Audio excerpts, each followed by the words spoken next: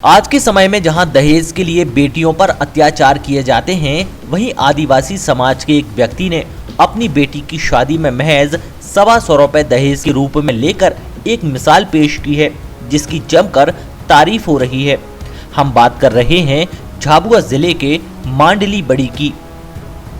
दरअसल आदिवासी समाज में कन्या पक्ष वर पक्ष से दहेज लेता है, जो करीब 1 लाख से 5 लाख रुपए तक का होता है। लेकिन झाबुआ के मांडली बड़ी के रहने वाले अन सिंह बिलवाल ने अपनी बेटी की शादी में 125 रुपए दहेज लेकर अपनी परंपरा को बनाए रखा है। अन सिंह कहते हैं कि उन्होंने कई परिवार देखे जिन्होंने अच्छा खासा दहेज भी दिया, लेकिन फिर भी उनकी स्थिति में कोई सुधार नहीं हुआ। बेटियां ना तो पिता की जमीन जायदाद में हिस्सा मांगती हैं, ना ही किसी और चीज की मांग करती हैं, तो फिर बेटी का दहेज क्यों लिया जाए। उनका कहना है कि यही पैसा अगर बच्चों की पढ़ाई शिक्षा पर खर्च किया जाएगा तो समाज में सुधार आएगा और परिवार की आर्थिक उन्नति भी होगी। जैसे कि वो पियर में तो उसकी दुर्दशा हुई क्योंकि उसको बेच दिया बराबर होता है, और ससुराल में तो इतनी दुर्दशा, उसकी बुरी दुर्दशा की मतलब कदम कदम पर उसको ताने मारे जाते हैं कि हुक्का बैठी तार भाई इतना रुपया लेदा, तो यो काम कर, काम में जा, तो वो बेचारी बस काम कर करके ही उधर ही खत्म हो जाती है। उसकी लाइफ एंजॉयमेंट क्या होता है, वो एंजॉयमेंट मजदूरी में पूरी निकल जाती है। जी, मजदूरी में ही उसका जीवन पूरा खत्म हो जाता है। तो ये बहुत ही अच्छा समाज के लिए ये एक बहुत बड़ा मैसेज है, और हमें पूरा विश्वास है। देखो 1985 में मेरे पिताजी ने केवल कंकु कन्या और 125 रुपए में मुझे मेरी शादी की थी भूतखेड़ी राणापुर के पास, है ना। तो वो पहला केस था। उसके बाद ये सर का इस एरिया में पहला केस है कि ये पहला प्रकरण है कि कोई बिना दहेज के शादी कर रहा है।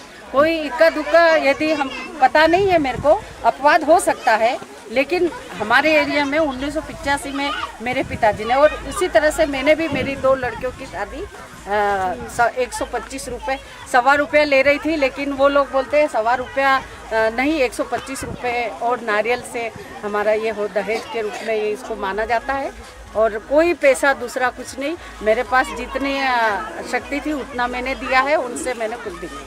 तो इसका आपको फायदा क्या मिला, मतलब क्या आपने क्या बदलाव देखा आपने? इससे ये फायदा हुआ कि मेरी लड़कियां निडर होकर के, आज मैं भी, हमारे सर हमको कभी भी नहीं कहते कि तुम क्यों बैठी हो, क्यों मतलब ये क्यों नहीं कर रही हो, तुमने कर्ज कर दिया। उल्टा सर ने शादी की ना, वो वाला कर्ज भी मैंने ही आके धोया है। तो मतलब ये है कि बच्ची अपने जीवन का जो एंजॉयमेंट होता है वो अच्छे से करेगी। दबी हुई नहीं, कुंठा उसके शरीर में, उसके अंदर कुंठा बनी रहती है, आजीवन कुंठा बनी रहती है। तो एक कुंठित व्यक्ति अपना जीवन कैसे व्यतीत करता है आप सभी जानते हैं। ठीक है। मिलता है तो फिर नशा भी होता है, तो नशा ही सब पूरे परिवार, पूरे समाज की दशा बिगाड़ता है। तो इससे नशा भी खत्म हो रहा है, और जो हमारा वर्तमान युग की जो नव पीढ़ी को बिगाड़ने वाला डीजे है, वो भी यदि पैसे ही नहीं होंगे तो डीजे वगैरह ये सब नाटक ही नहीं होंगे, कर्ज ही नहीं होगा। जो जितना अपने हाथ में है, अभावों में जीना ही सबसे अच्छी कला है जीवन की।